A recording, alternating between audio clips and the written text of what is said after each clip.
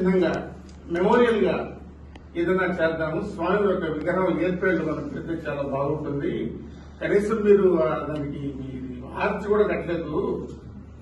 ఏర్పేళ్ళు స్వామి విగ్రహం పెడితే చాలా బాగుంటుంది అని పరిపూర్ణమని శివరామని వాడిని శివని అని పిలుస్తామండి.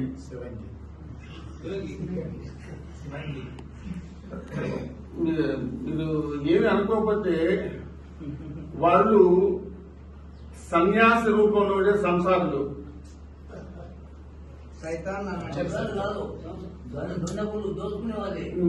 ఇప్పుడు మృగాశ్చరంతి మానుష రూపేణ మనుష్య రూపేణ మృగాశ్చరంతి. ఏదో ఇప్పుడు అట్లా వాళ్ళు రెండు కాల జంతువులు. వాళ్ళు సాధువులు కాదు. ఇంకోటి ఎక్కడైనా చూడండి పరిపూర్ణంగా సభలో అది ఏమీ ఉండదు. దాంట్లో లాస్ట్ లో పది తిట్లు కొట్టాడు.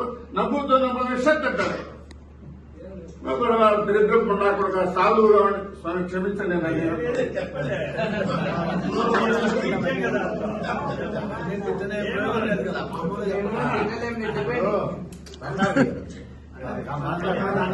ఇప్పుడు నవ్వుతో నభవిష్యత్ అనేది అతనికి తెలియదు. నవ్వుతో నభవిష్యత్ అని చెప్పాలా?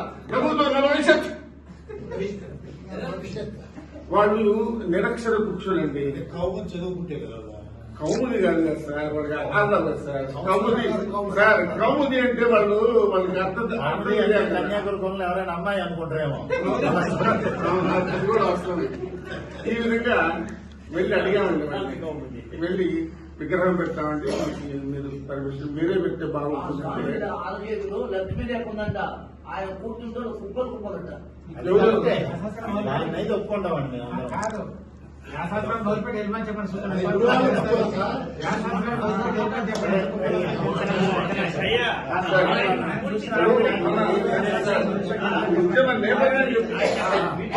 నేను ఉద్యమ నేపథ్యం చెప్తున్నాను.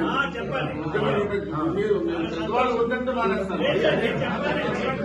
కారణం ఏంటంటే ఆడ జరిగే అన్యాయాలు, అక్రమాలు, నేరాలు, ఘోరాలు